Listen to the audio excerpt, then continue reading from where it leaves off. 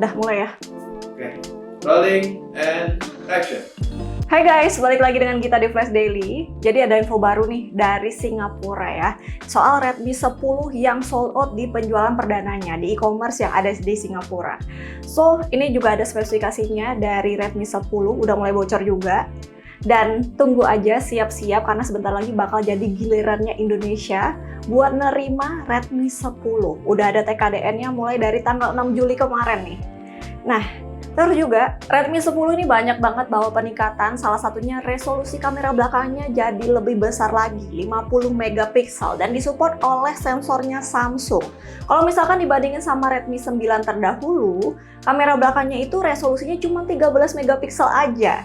Ya, ini juga kualitas kameranya karena chipsetnya adalah MediaTek Helio G88 terbaru. Ya, oke. Jadi kalau misalkan dibandingin sama Redmi 9, kira-kira apa aja ya perbedaannya? Tonton video ini sampai habis. Kita mulai dari dapur pacunya, sedikit peningkatan dari Helio G80 yang ada di Redmi 9.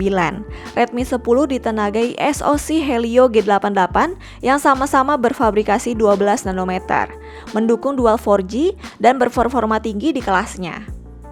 Tak hanya itu, chipset ini berpengaruh pada multitasking aplikasi yang lebih banyak, refresh rate layar yang lebih tinggi, hingga proses jepretan kamera yang lebih baik lagi.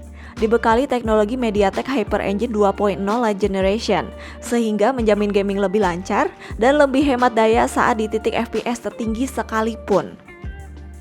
Jika di seri pendahulunya hanya mendukung refresh rate 60Hz, terbilang responsif untuk sebuah smartphone entry. Redmi 10 mendukung refresh rate hingga 90Hz. Kemungkinan akan mengusung panel IPS dan layar tersebut beresolusi Full HD Plus dengan ukuran 6,5 inci dan diproteksi oleh Gorilla Glass 3 yang masih sama dengan Redmi 9. Visualnya sudah bagus dan scrollingnya pun lancar. Redmi 10 menjalankan tampilan MIUI 12 yang berbasis Android 11.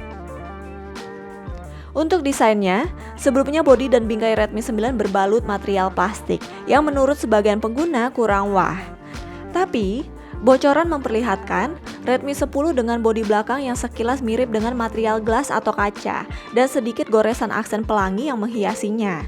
Dan modul kamera belakangnya pun menyerupai desain kamera seri Mi 10T Pro. Gimana nih menurut kamu? Kita lanjut ke kameranya. Jika Redmi 9 dibekali 5 lensa kamera belakang, Redmi 10 hanya dibekali setup quad kamera.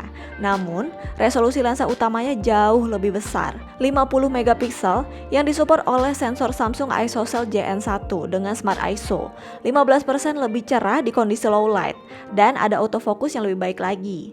Kemudian, ada lensa ultrawide 8 megapiksel, lensa makro 2 megapiksel, dan 2 megapiksel terakhir yang kemungkinan adalah depth sensor.